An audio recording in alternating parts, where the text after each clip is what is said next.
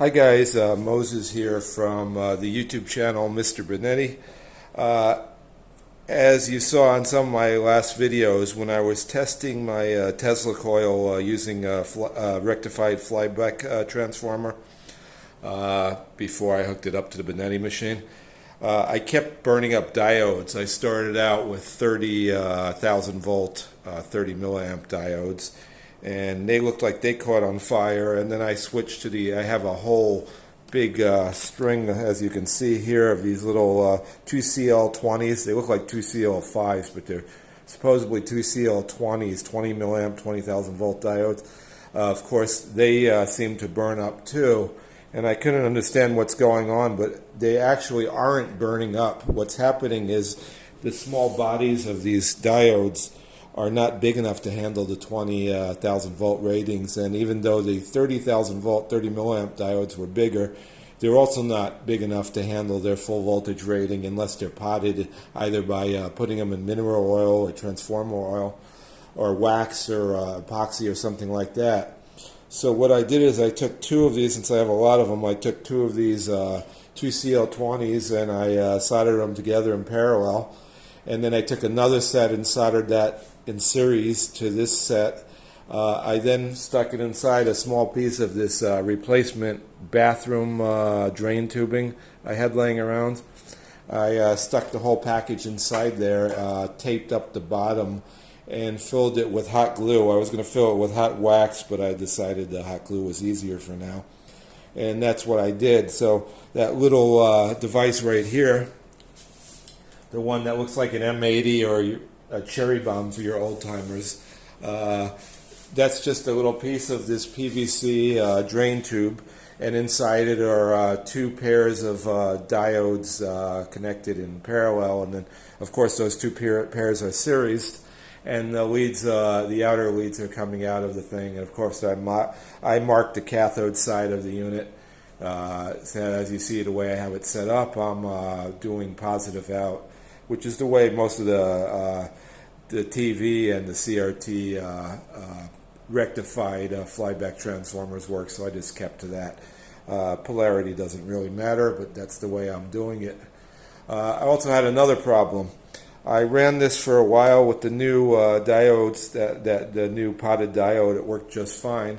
After about, I don't know, 5 or 10 minutes of operation, I found out what most Tesla coil builders know, that ceramic capacitors are useless for Tesla coils. They work just fine when I'm hooking it up to the Benetti machine, but after some extended operation, just a few minutes actually of operation, on their high current power supply, you burn out those ceramic disc capacitors.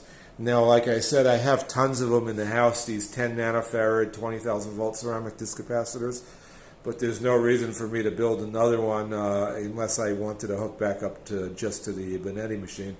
And the reason is they're going to go after a few minutes of operation. I wanted to get this thing working off the flyback transformer arrangement and not have it go on me. Now, of course, I could order proper capacitors, which I am going to do, but I was a little bummed out if I can get this working with what I have around the house.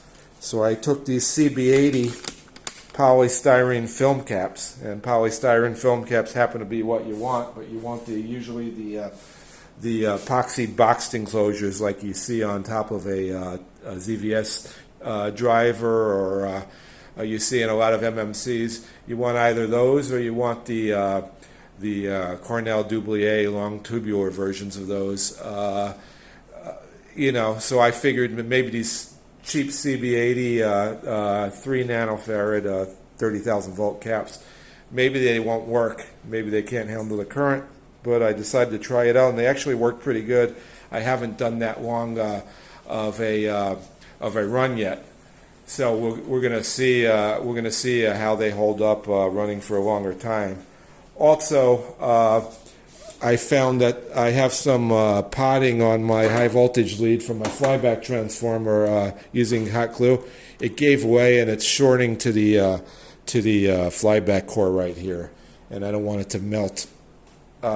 my potting of my my secondary on my flyback, so I'm going to leave this open when I run it. You can see all the black soot all over the top from when it breached and was burning inside there. So I'm going to, like I said, I'll leave that open when I run it.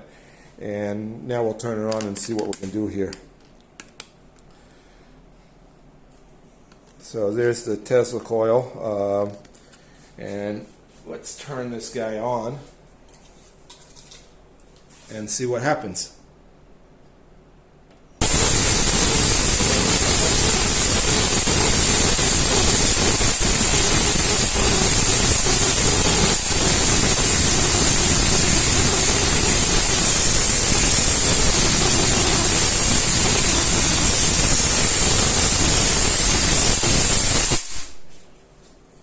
I'm getting tracking across my coil. I hope I didn't ruin my secondary, but I'm getting secondary tracking. As you saw, it was working pretty good with these capacitors. Unfortunately, I got to fix that tracking problem. Hopefully, I didn't ruin my secondary. If I do, I'll just rewind it, but or buy another one. This was a pre-made secondary I bought from AliExpress for about $20. I can get another one, but hopefully it has a very heavy epoxy coating on it. Hopefully the epoxy coating is not shot, but maybe it is. We will see. But as you can see, the coil was working quite well, and these capacitors were holding up, at least for the short time that I ran it. Anyway, see you next time, and have a good week.